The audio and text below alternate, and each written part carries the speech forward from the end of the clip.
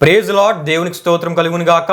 ప్రియమైన దేవుని బిడ్డలారా, మరొకసారి ఈ ఆధ్యాత్మిక కార్యక్రమం ద్వారా ఈ విధముగా మిమ్మల్ని కలుసుకున్నటకు దేవుడు నాకు అనుగ్రహించిన ఈ గొప్ప భాగ్యాన్ని బట్టి ముందుగా దేవాతి దేవునికి నిండు హృదయంతో కృతజ్ఞతాస్తుతులు చెల్లించి ఉన్నాను. అదేవిధంగా ఈ ఆధ్యాత్మిక కార్యక్రమంలో వీక్షించిన ఆత్మీయులకు మీ అందరికీ ప్రభువైన యేసుక్రీస్తు నామంలో శుభాభివందనాలు తెలియపరుస్తూ ఉన్నాను. ప్రియమైన దేవుని బిడ్డలారా, గత వారము మనం ధ్యానం చేసుకున్న అంశమైన పరిశుద్ధ శిశువైన యేసుక్రీస్తుకి ఆహ్వానం పలికిన గుహ అనే అంశంలో భాగంగా ఈరోజు మరికొన్ని లోతైన విషయాలు మనం ధ్యానం చేసుకుందాం. ముందుగా మనం ఈ అంశానికి సంబంధించిన మూలవాక్య సువార్త వచ్చిన భాగాన్ని లూకా సువార్త 2వ అధ్యాయం 7వ వచనంలో నుండి మనం చదువుకుందాం. అక్కడ ఈ విధంగా రాయబడి ఉన్నట్లు మనం చూస్తాం. తన తొలిచూలు కుమారుని కని పొత్తిగుడ్డలతో చుట్టి సత్రములో వారికి స్థలము లేనందున ఆయనను పశువుల తొట్టిలో పరుండబెట్టనని వైద్యుడైన లూకా సువార్తికుడు యేసుక్రీస్తు జన్మించిన సందర్భంలో జరిగిన చరిత్ర సంబంధమైన ఒక యథార్థమైన నిజ సంఘటనను ఈ విధంగా రాసి తెలియపరచుటను మనం చూస్తూ ఉంటాం. అయితే ఈ విధంగా యేసుక్రీస్తు జన్మకు సంబంధించిన ఖచ్చితమైన విషయాలను వైద్యుడును యేసుక్రీస్తు శిష్యుడును సువార్తికుడైన లూకా ఈ విధంగా రాసి తెలియపరచుటకు ప్రధాన కారణాలు ఏంటంటే, ఈ యుగ సమాప్తి వరకు నిలిచి ఉండే అన్ని తరాలకు యేసుక్రీస్తు జన్మము తెలియపరచబడాలనే కారణముచ్చే ఈ విషయాలను దేవుని ఆత్మ ప్రేరణలో రాసి తెలియపరచడం మనం చూస్తూ ఉంటాం. అయితే క్రీస్తు సువార్తికుడును వైద్యుడైన లూకా యేసుక్రీస్తుకి కన్య మరియ జన్మించిన సమయంలో శిశువైన యేసుక్రీస్తుని పొత్తిగుడ్డలతో చుట్టి సత్రములో వారికి స్థలము లేనందున ఆయనను పశువుల తొట్టిలో పరుండబెట్టనని ఒక చరిత్రకు సంబంధించిన ఖచ్చితమైన సమాచారంను రాసి తెలియపరచడం మనం చూస్తూ ఉన్నాం.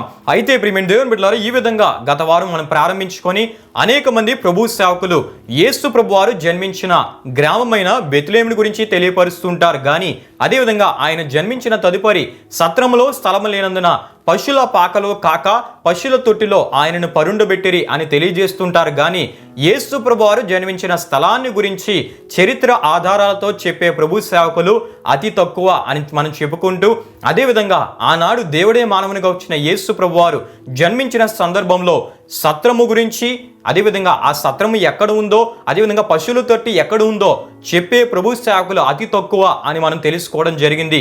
అయితే ప్రియమైన దేవుని బిడ్డలారా, ఈ విషయాలు తెలుసుకున్నట ఎంత ప్రాముఖ్యమో నేను ఈ సందర్భంలో మీకు తెలియపరుస్తాను. ప్రతి క్రైస్తవుడు ఈ విషయాలు తెలుసుకోవాలి. ఎందుకంటే యేసు ప్రభు వారు ఆనాడు జన్మించిన సందర్భంలో సత్రముల గురించి దేవుని వాక్యంలో రాయబడింది, అదేవిధంగా పశువుల తొట్టిని గురించి కూడా దేవుని వాక్యంలో రాయబడి ఉండట మనం చూస్తాం. అంటే యేసు ప్రభు వారు పుట్టిన స్థలానికి వీటికి సంబంధం ఉన్నది అనే విషయాన్ని తప్పక మనం తెలుసుకోవాలి. యేసు ప్రభు వారు పుట్టిన స్థలానికి, సత్రమునికి, అదేవిధంగా పశువుల తొట్టికి సంబంధం ఉంది గనుక ఈ విషయాలు తప్పక చరిత్ర ఆధారాలతో సహా ప్రతి క్రైస్తవుడు తెలుసుకోవాలి. హల్లెలూయా, హల్లెలూయా. అయితే ప్రియమైన దేవుని బిడ్డలారా, ఈ విధంగా మనం తెలుసుకుంటూ ఒక దగ్గర స్థలము లేదని, అదేవిధంగా మరొక దగ్గర పరిశుద్ధ శిశువైన యేసుక్రీస్తును పరుండబెట్టుటకు స్థలము దొరికిందని, అది ఎక్కడో అని మనం ప్రారంభించుకొని రూతు గ్రంథంలో ఎలీమెలెకు నయోమీల దగ్గర నుండి అనేకమైన చరిత్ర విషయాలు మనం తెలుసుకుంటూ, బోయాజు తన ఇంటి ప్రక్కన రాతి బండలో తొలిపించుకున్న గుహను గురించి మనం తెలుసుకుంటూ, ఆ గుహను గురించి అనేకమైన చారిత్రక విషయాలు మనం తెలుసుకుంటూ, ఆ గుహలో జరిగిన విషయాల గురించి కూడా మనం గత వారం తెలుసుకోవడం జరిగింది.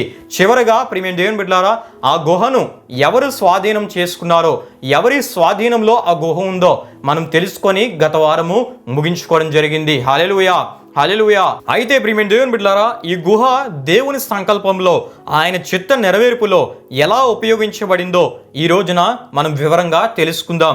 ముందుగా రాజైన దావీదు కాలంలో జరిగిన విషయాలతో ఈ అంశ సందేశాన్ని ఈ దినం మనం ప్రారంభించుకుందాం. రాజైన దావీదు తన కుమారుడైన అబ్షాలోము తనపై తిరుగుబాటు చేసి తనను చంప ప్రయత్నించినప్పుడు దావీదు తన 10 మంది ఉపపత్నులను యెరూషలేములోని ఇంటి దగ్గర ఉంచి తన ఇంటి వారందరినీ వెంట పెట్టుకుని రాజనగరును విడిచి యోర్దాను నదిని దాటి వెళ్ళి మహనయీములో దాగున్నాడు. అప్పుడు గిలాదీయుడైన బర్జిల్లాయ్ 80 సంవత్సరాల వయసులో ఉండి తన స్వగ్రామమైన రొగేలీము నుండి వచ్చి తన అధిక ఐశ్వర్యము చొప్పున తన కుమారుల చేత భోజన పదార్థాలను తెప్పించి రాజుకు మహనయీములో సేవ చేశాడని దేవుని వాక్యంలో మనం చూస్తాం. అయితే అబ్షాలోము చనిపోయాడు. దావీదు రాజు తిరిగి యెరూషలేము వెళుతూ బర్జిల్లైని తనతో పాటు యోర్దాను నదిని దాటి యెరూషలేము రమ్మని ఆహ్వానించారని దేవుని వాక్యంలో మనం చూస్తాం. ఆ సందర్భంలో అతడు వస్తే దావీదు రాజు అతన్ని తన బల్ల యొద్ద కూర్చుండబెట్టుకొని అతన్ని పోషిస్తారని చెప్పినట్లు కూడా మనం చూస్తాం.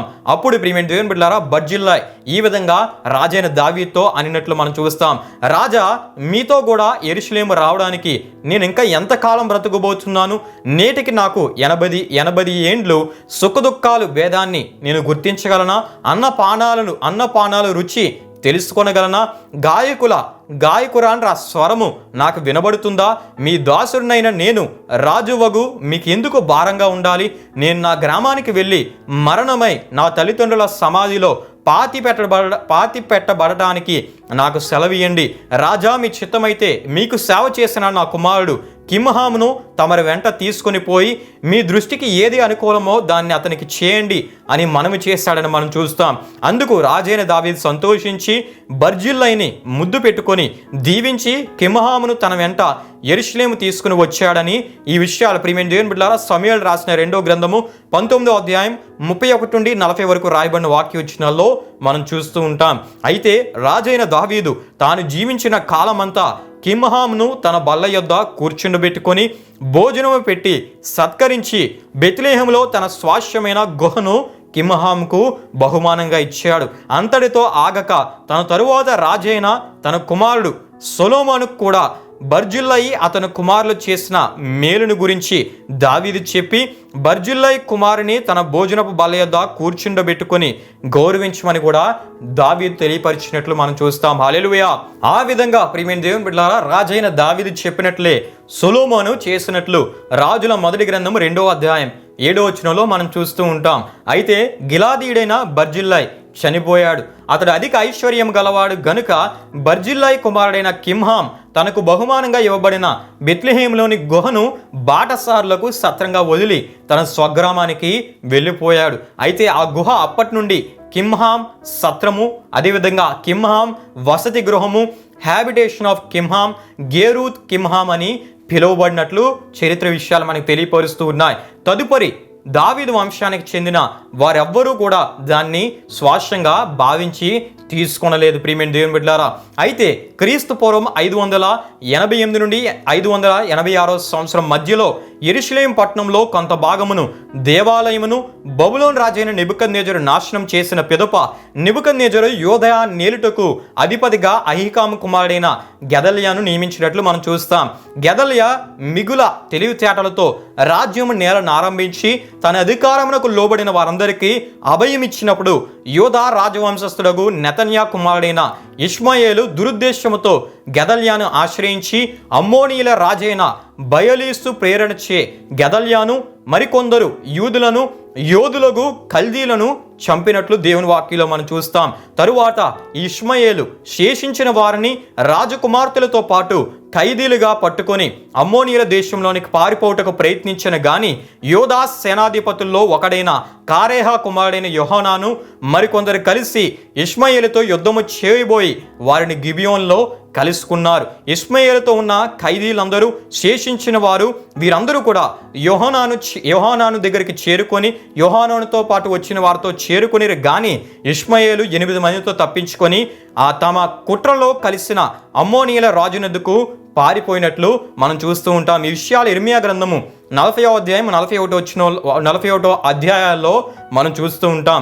అయితే ప్రియమైన దేవుని బిడ్డలారా ఈ యోహానాను అతనితో కూడున్న సేనల అధిపతులు ఇష్మాయేలు నుండి విడిపింపబడిన జనశేషము అనగా యోధులు, స్త్రీలు, పిల్లలు, రాజ పరివారము వీరందరూ ఇష్మాయేలు నెబుకద్నెజరు నియమించిన గెదల్యాను చంపినందున వీరందరూ కల్దీలకు భయపడి ఐగుప్తునకు వెళదాం అనుకొని బెత్లెహేము దగ్గరనున్న గేరూత్ కిమ్హాంలో దిగిరని ఇర్మియా గ్రంథం 41వ అధ్యాయం 16 నుండి 18 వరకు రాయబడిన వాక్యవచనాల్లో మనం చూస్తాం. హల్లెలూయా, హల్లెలూయా. అయితే ప్రియమైన దేవుని బిడ్డలారా ఈ గుహను గురించి మనం చూస్తున్నప్పుడు ఈ గుహ మనుషులు పండుకోవడానికే సరిపోతుంది కానీ ఒంటెల్ని కట్టివేయడానికి కానీ సరిపోదు ప్రియమైన దేవుని బిడ్డలారా.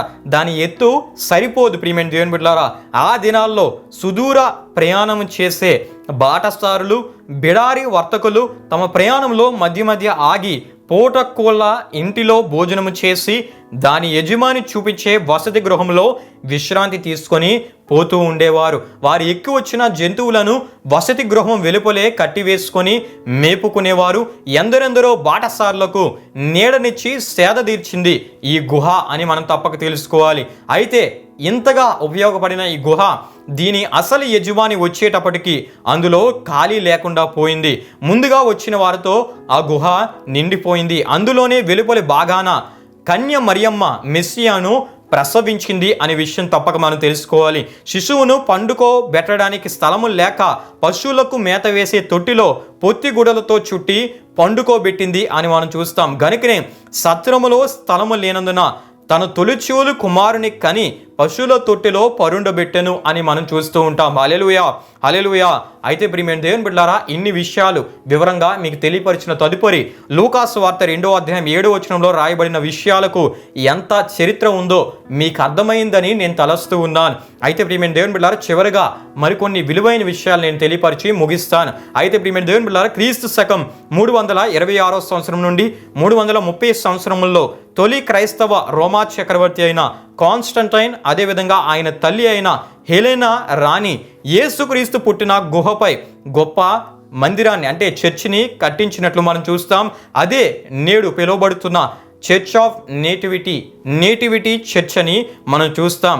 ఇక అప్పటి నుండి నేటి వరకు ప్రపంచ యాత్రికులకు, ముఖ్యంగా క్రైస్తవులకు ఇది ఒక గొప్ప యాత్రా స్థలంగా నిలిచిపోయినట్లు మనం చూస్తాం. అంతేకాకుండా ప్రియమైన దేవుని బిడ్డలారా, రోముకు చెందిన క్రీస్తు భక్తిపరురాలు ధనికురాలైన పౌలా స్థాపించిన 4 మఠాల్లోని ఒక మఠంలో తింటూ ఈ గుహలోనే ఇటలీకి చెందిన ప్రఖ్యాత పండితుడైన జెరోము క్రీస్తు శకం 386వ సంవత్సరం నుండి 30 సంవత్సరాలు ఈ గుహలోనే కూర్చుండి పరిశుద్ధ బైబిల్ గ్రంథాన్ని గ్రీకు భాషలో నుండి లాటిన్ భాషలోనికి అనువాదం చేశాడు. హల్లెలూయా, హల్లెలూయా. ప్రియమైన దేవుని బిడ్డలారా, ఇదియే పరిశుద్ధ శిశువైన యేసుక్రీస్తుకి ఆహ్వానం పలికిన గుహ అనే అంశానికి సంబంధించిన చారిత్రక ఆధారాలే ఉన్నాయి. ప్రియమైన దేవుని బిడ్డలారా, ప్రతి విషయాన్ని వివరముగా మీకు తెలియపరచడం జరిగింది. మీరు వీక్షించడమే కాకుండా అనేకులైన మీ ఆత్మీయులకు పరిచయం చేయవలసిందిగా ప్రభు సేవకునిగా నేను మిమ్మల్ని కోరుచున్నాను. అదేవిధంగా వీక్షించిన మీరు కూడా పూర్తిగా వీక్షించినట్లయితే అనేకమైన అద్భుతమైన చారిత్రక విషయాలు మీకు తెలియపరచబడతాయి.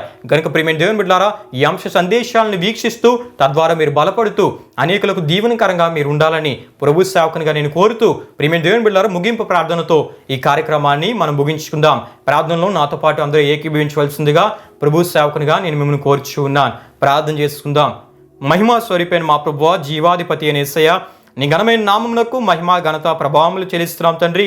దేవా, గత వారము ఈ వారం పరిశుద్ధ శిశువైన యేసుక్రీస్తుకి ఆహ్వానం పలికిన గుహ అనే అంశాన్ని మేము ప్రారంభించుకొని అనేకమైన చారిత్రక విషయాలు తెలుసుకున్నటకు మీరు మాకు అనుగ్రహించిన ఈ గొప్ప అవకాశాన్ని బట్టి నీకే స్తుతులు చెల్లిస్తూ ఉన్నాం తండ్రి. ఎన్నో విలువైన విషయాలు దేవ ఈ అంశంలో మేము ధ్యానించుకున్నటకు మీరు మాకు ఇచ్చిన జ్ఞానాన్ని బట్టి, కృపను బట్టి నీకే స్తుతులు చెల్లిస్తూ ఉన్నాం. వీక్షించిన ప్రతి ఒక్కరిని మీరు దీవించండి, ఆశీర్వదించండి. వారు వీక్షించడమే కాకుండా అనేకులకు పరిచయం చేస్తూ దేవా, మా ఈ పరిచయంలో వారి ప్రోత్సాహకరంగా, దీవెనకరంగా ఉండినట్లు నీ చిత్తంలో వారిని మీరు వాడుకోమని వేడుకుంటున్నాను తండ్రి.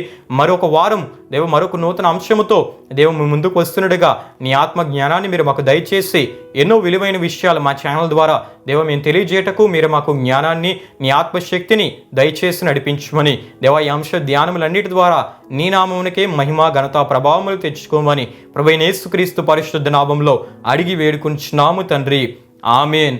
యేసు రక్తమే జయం, ప్రవేశ రక్తమే జయం, ప్రవేశ రక్తం సంపూర్ణమైనది, అపవాది క్రియలకంత నాశనం కలుగునుగాక. ఆమేన్. ప్రభు మిమ్మును మీ కుటుంబములను నూరంతులుగా ఆశీర్వదించునుగాక. ఆమేన్.